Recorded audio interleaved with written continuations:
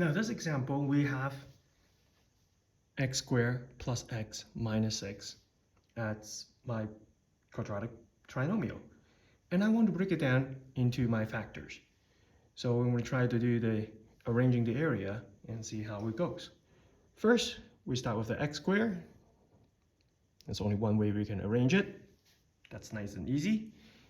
Now we look at the negative 6. We go, well, we can do them this way. But wait, I only have 1 here. That doesn't work. How about I do them this way? Still doesn't work. How about I do them this way? I can arrange 6 in a row, can I? But I'm like, well, yeah, but what about these guys? So we figure out what's going on here and how can we factor. First, we need to take a look at factors of negative 6. In order to multiply to negative 6,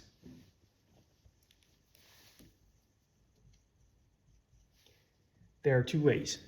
Either we have negative 2, positive 3, or positive 3, negative 2, and vice versa. So let's write them all out. I can have negative 1, positive 6, negative 2, positive 3, negative 3, positive 2, negative 6, positive 1.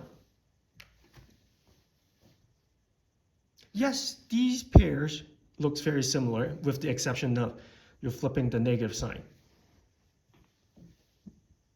But using the method that we talked about earlier, the criss-cross method, we're trying to match up to 1x, positive x.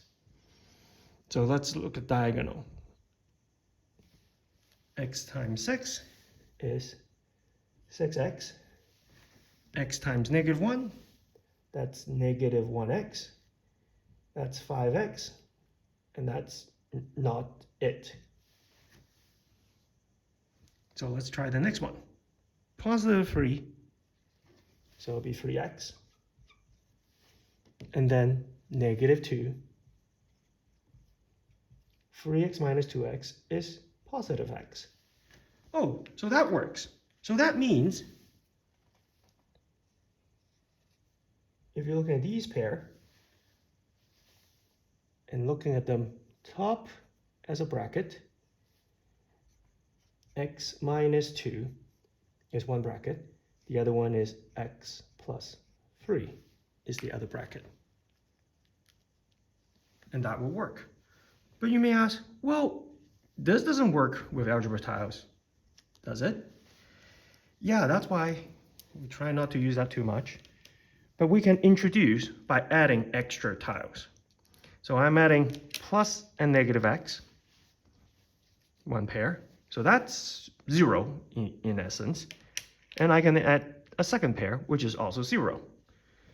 Because this is a negative 6, so that means one of the side has to be negative.